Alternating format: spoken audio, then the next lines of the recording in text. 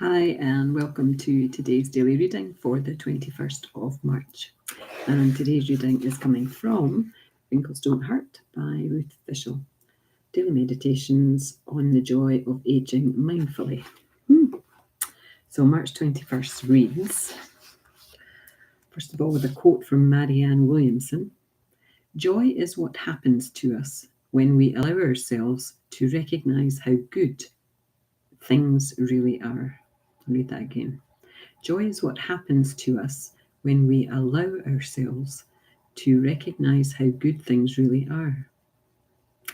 And then there's the pages written by Joanne Malone, who is one of Ruth's good friends, who she sometimes runs retreats with, and who's very active in the peace community. And she says, "It feels so good that I have come to the place in my life when I can say that I am a satisfied woman.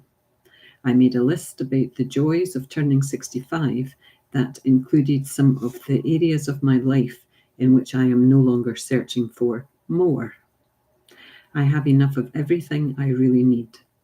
I have all the material possessions and relationships that are most important in my life. I no longer need to search for a bigger, better anything. House, husband, family, town, career, community, sangha, or spiritual path. This doesn't mean that there will be no changes in any of those areas. There will be inevitably, but I'm not seeking changes. I'm no longer looking for a different mate, house, career, community, God. This realization brings me great peace and joy." And that's Joanne Malone. And at the bottom, there's a little bit from Ruth, which just says, "I am so grateful I can accept what is in my life with joy." And then these little drawings from Bonnie Vandekamp, that's it there, and it's just joy. This book is filled with these little drawings from Bonnie Vandekamp, as are several of Ruth's books, actually, and I just love them. It reminds me a little bit about the little angels I draw, my wee angels, I call them. So joy is what happens to us when we allow ourselves to recognise how good things really are. So for someone who is struggling, it can be really difficult to focus on how good things really are because you feel things are really bad. So somehow we have to help people to focus on even the tiniest bit of good in their life. The fact that they're breathing is actually a very good thing. Although I guess there's even people out there who wish to not be breathing, which isn't great. But joy does come when we accept things as they are, when we are not reaching for more.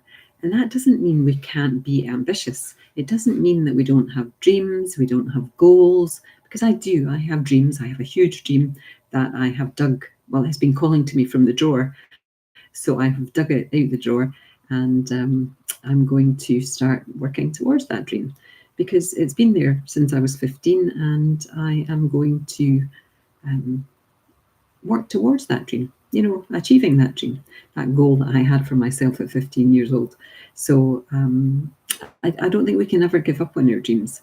And so acceptance of things how they are at the moment doesn't mean giving up on trying to make things better or giving up on your dreams and your goals. What it means is to be content in the present moment.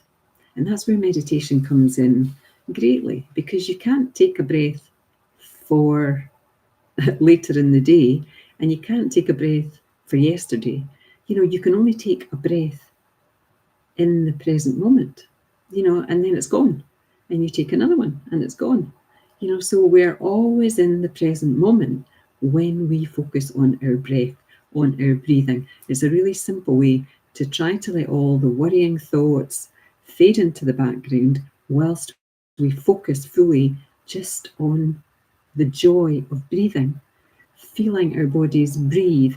And I know again that there will be people out there that the experience of breathing does not feel like joy. But I think if we have a breath left in us, we still have something to learn or something to teach someone else. So I I think about that, that I'm still here, so I have things to do. Older relatives that are still here, they still have things to do. I love that my father-in-law's now nearly 91, nearly 91, still very active and fit and still planning vacations. And I love that. It's not sitting around because you're too old to do things. I do like that adage that says you're never too old. What's it? Oh, I've forgotten it, and it was 5 minutes. It's something about, you get old because you stop doing things. It's not that you stop doing things because you get old. You get old because you stop doing things that you love. So anyway, that's time up, and I will see you tomorrow. Namaste. Love to you all. Bye now.